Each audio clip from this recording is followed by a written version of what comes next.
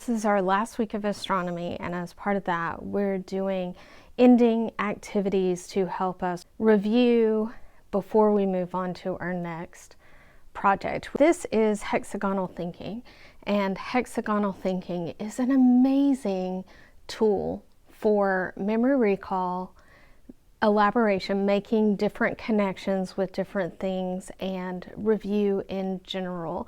So these are concepts or ideas that we have talked about during this unit. Some of them are vocabulary. They are things like neutron star, Polynesian navigation, because we did this in People and the Sky, Tropic of Capricorn, that had to do with the sun's analemma, and these hexagons are wet on wet watercolor, and this is printed hexagons on tracing paper.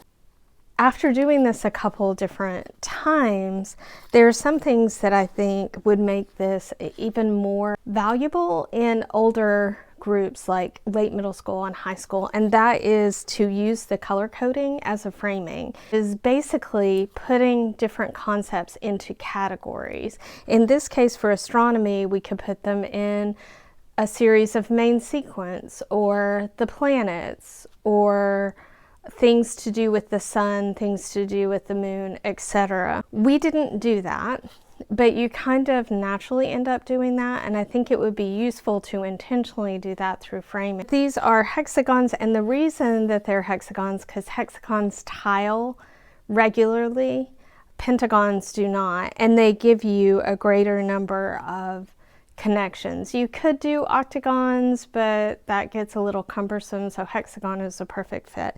And you make the strongest web possible, so you are putting two concepts together that are connected in some way, and you have to discuss the connection that they are making. And also, if there's something else that would make a stronger connection. We are using it as a review for astronomy, so we're just using astronomy. We have used it for history, and we've also used it for our chemistry block, and I can imagine taking pieces and parts of all of those for a review and doing a web to see out the different connections.